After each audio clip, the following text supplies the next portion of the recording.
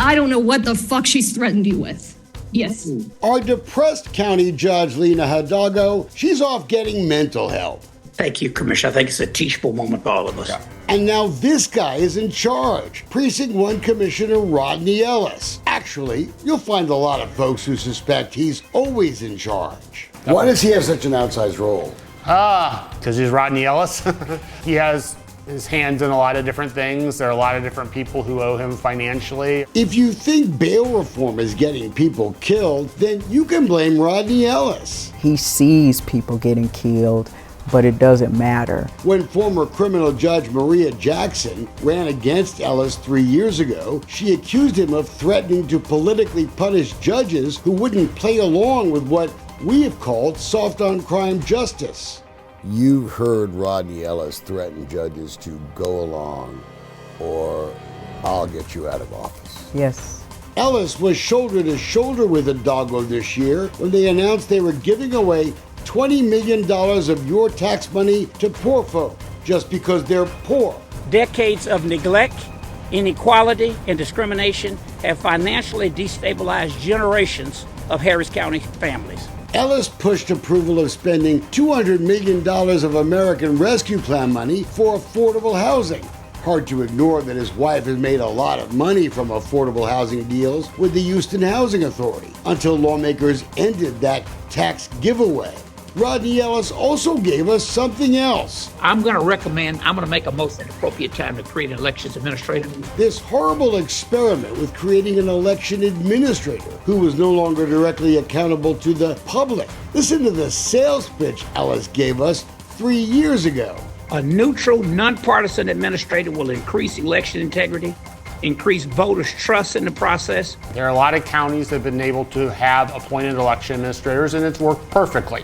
Except here, both the appointed administrators screwed up Election Day voting. Clifford Tatum had a history of botching elections. That Ellis promise was BS. It was done in a hyper-partisan fashion. Nearly 15% of polls didn't open on time on Election Day. That alone, unacceptable. Voting machines weren't checked before the election to see if they would even work. And those shortages of ballot paper at polls, it's why Mattress Mac and I sued Harris County to simply get to the bottom of what happened on Election Day. And Lena and the crew have been fighting us ever since. I think it's a joke, and they're making the citizens of Harris County pay for their ineptitude. And our investigation has uncovered legitimate questions about what happened at one particular poll on Election Day.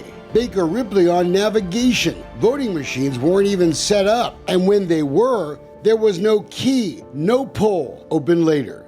It seems a little pre-orchestrated, and the fact that it just happened to be at a relatively large location that also is completely tied into money that comes from Lena Hidalgo and other liberal activists. Few organizations have benefited more from the Hidalgo administration than Baker Ripley. More than $160 million, fueling large increases in salaries for top charity officials. So it looks suspicious.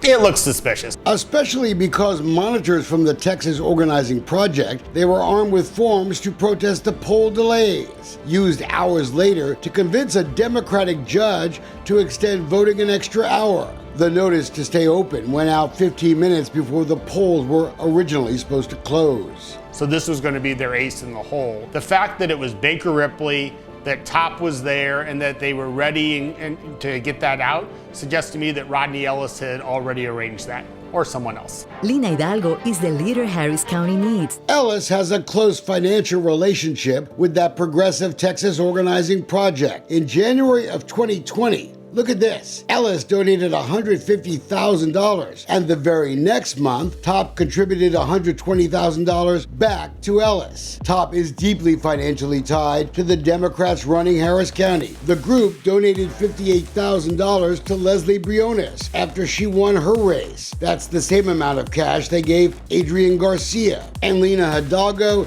she has gotten $237,000 from Top since January 1st, 2020. All of it before the contested November election. We've long argued that the acceptance of campaign contributions from lawyers to judges, while the judge is hearing a case involving them, should be prohibited. It raises all kinds of questions of bias and fairness. As of June 30th of this year, Ellis has a staggering $5 million in his campaign war chest. Let's compare it to the other Democrats in charge. Leslie Briones, $1.1 million. Adrian Garcia, $783,000. Judge Hidalgo, 8 months after re-election, just $79,000.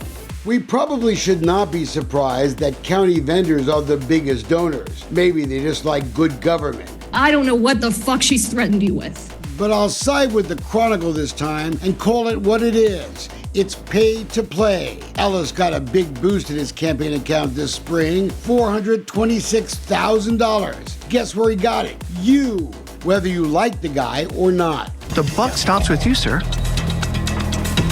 What do you have to say to Harris County taxpayers about this? There was $158,000 for the commissioner's criminal defense in that self-inflicted African art scandal, where we spent money to store 1,000 pieces of some guy's art for free. I've gotten Chris Feldman, an attorney, to go review it, see what recommendations he can put in place. But there was a much bigger reimbursement for the Feldman law firm. $266,000 out the door. When Ellis escaped criminal prosecution, DA Kim Ogg sent the case back to the county attorney, Christian Menefee. His job was to see if we could get back some of the $300,000 we spent fixing up the building where the art was stored. Surprise, surprise, we've heard nothing. At last check, Ellis did spend $20,000 of his campaign money to move the art somewhere else. That's nice of him. And Christian Menefee, he's busy running around sadly calling people like me racist when we simply want our elections to be run by competent,